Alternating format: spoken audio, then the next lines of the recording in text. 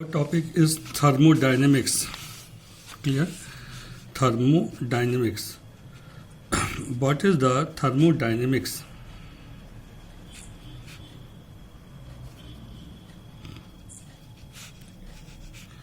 What is thermodynamics? Thermodynamics is a branch of physics depend pressure, volume, temperature and entropy. Now, first question. First law of thermodynamics.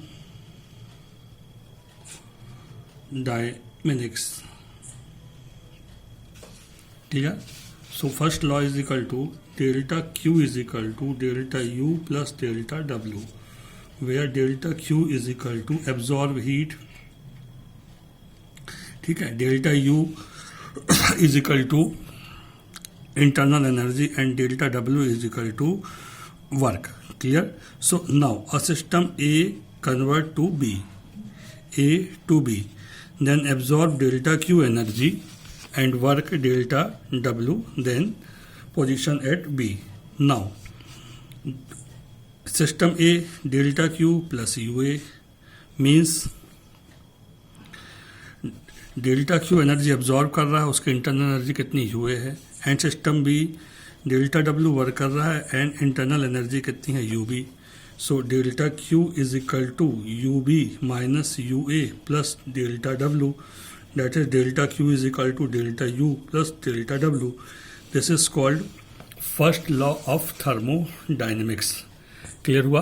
This is called first law of thermodynamics. Clear? Now calculate work in thermodynamic system. We know that work delta W is equal to force into displacement, means F into delta X, and delta W is equal to F means pressure into area into delta X.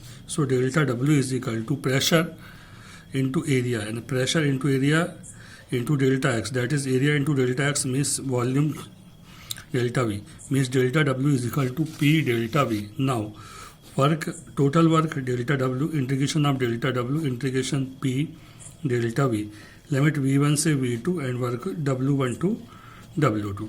So this is known as total work of the thermodynamic system. Clear हुआ चीजें? तो now what is isothermal process? What is isothermal process? Isothermal process क्या होती है? अ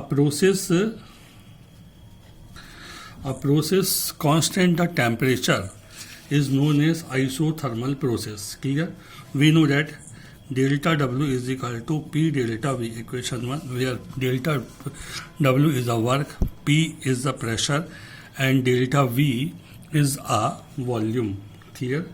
सो now volume change in V1 to V2, that is integration V1 to V2, volume change V1 to V2, that is work 0 to W dW, integration V1 to V2 P delta V. In isothermal system means PV is equal to RT, means P is equal to RT upon V, that is 0 to W delta W 1, V1 to V2 RT upon V delta V. Clear? 1 का क्या हो जाएगा? Integration W 0 to W is equal to RT constant, integration V1 to V2 1 upon V dV. Clear? So RT log V base E V1 to V2. Clear? So RT log upper limit minus lower limit means यहाँ W. Clear? So this is known as work. Now work W is equal to 2.303 RT log 10 V2 upon V1. Clear हुआ? सो ये जो value होगी ये काहे की value होगी? Work की वैल्यू होगी. कौन से प्रोसेस में? आइसोथर्मल प्रोसेस में. ठीक है? Now work is adiabatic process.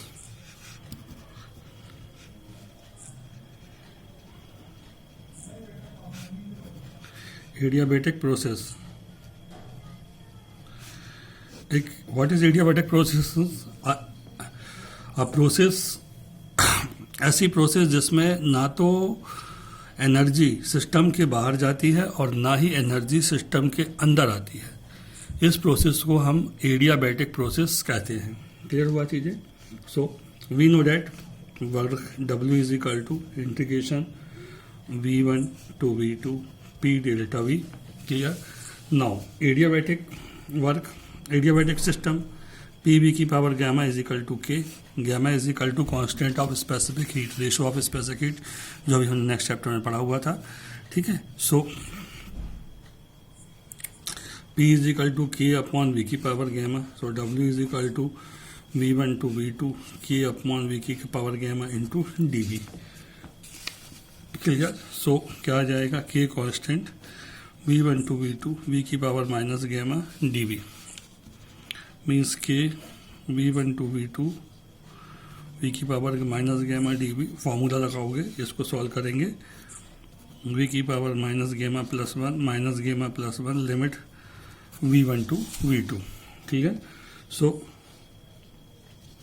K 1 minus gamma 1 upon V2 की पावर गैमा माइनस 1 और माइनस 1 अपॉन V1 की पावर गैमा माइनस 1. ठीक है. Upper limit and lower limit का फॉर्मूला लगा के इसको हमने सॉल्व किया. ठीक है. सो यहाँ क्या आ जाएगा? K1 माइनस गैमा V2 की power gamma minus gamma means यहाँ आ जाएगा आपके पास V2 अपॉन V2 की power gamma minus V1 upon V1 की power gamma. Clear? So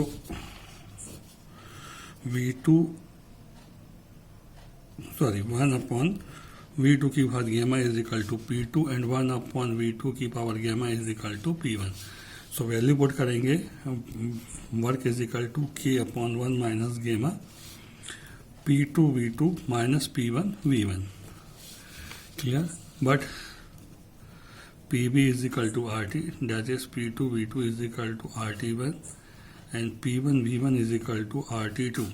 Means W is equal to K upon 1 minus gamma RT2 minus RT1 means W is equal to. Clear हुआ? ये K भी नहीं, ये K यहाँ पे नहीं है, 1 अपॉन है. K भी हमने यहाँ पे अंदर कर दिया था. सो क्या वैल्यू हो जाएगी आपके पास में? R upon 1 minus gamma T2 minus T1. This is known as work of adiabatic process. Clear हुआ? इसको हम कहते हैं adiabatic process में कितना वर्क हुआ. What is Carnot cycle? Main part of Carnot cycle is the number first heat source, temperature T1. ये source है, इसका टेम्परेचर हमेशा T1 होता है. इससे हम जितनी भी एनर्जी ले लें, हीट ले लें, इसका टेम्परेचर जो है वो चेंज नहीं होता. सेकेंड है हीट सिंक. इसका टेम्परेचर हमेशा T2 डिग्री केल्विन होता है. इसको हम जितने भी हीट दे दें, इसका टेम्परेचर जो है वो चेंज नहीं होता. इसको हम T2 केल्विन बोलेंगे. ठीक है. और तीसरा जो है सिलेंडर. सिलेंडर में आइडियल गैस भरी हुई है और एक पिस्टन लगा हुआ है. ठीक है. और नीचे का जो पार्ट है, बेस का जो पार्ट है, वो इंसुलेटर की जगह कंडक्टर है, जिससे हीट अंदर जा सकती है और बाहर जा सकती है. ठीक है. ये पिस्टन जो है वो फ्रिक्शन लेस है. And last part perfect insulating stand and platform.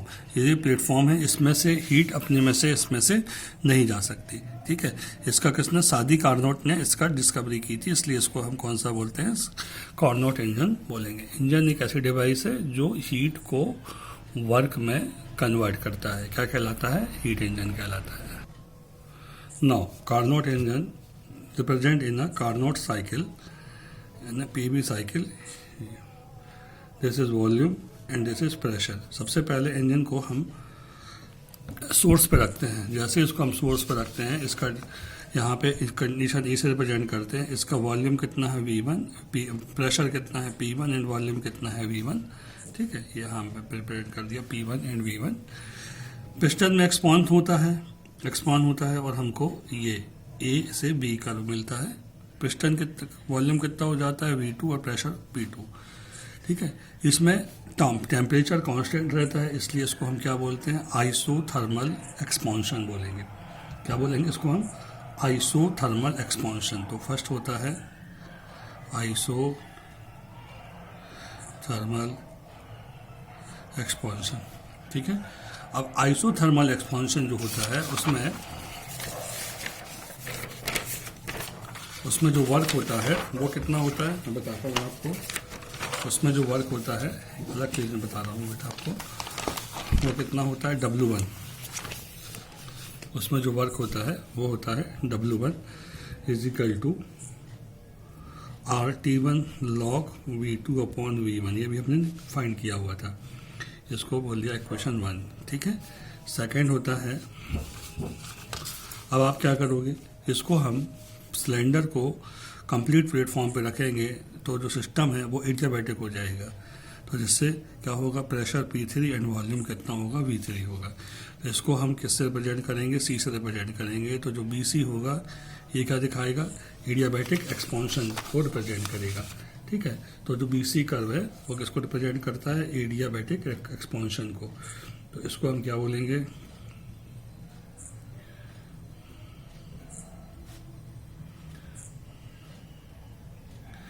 Adiabatic expansion. इसमें वर्क कितना होगा, W2 is equal to R into gamma -1 T1 minus T2। Clear हुआ।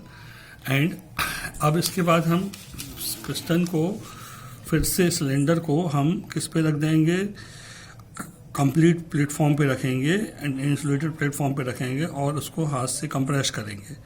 जिससे क्या होगा, उसकी टेम्परेचर क्या होगा, डिक्रीज होगा। सॉरी, सिलेंडर को हम किस पे रखेंगे, सिंक पे रखेंगे। जैसे टेम्परेचर कितना हो जाएगा, T2 हो जाएगा और ये अपोजिट डायरेक्शन में चलेगा। तो इसका volume P4 and pressure V4 हो जाएगा, ठीक है। सो थर्ड जो एक्स होगा उसको हम क्या बोलेंगे, आइसोथर्मल कंप्रेशन।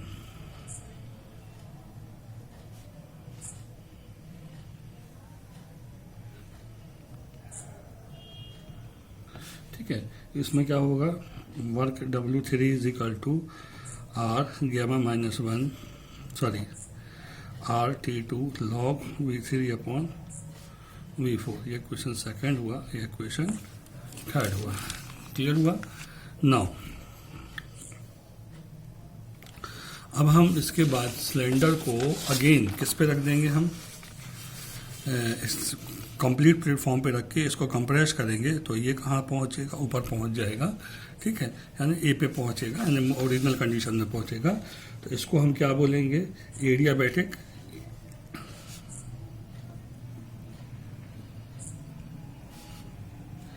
कंप्रेशन।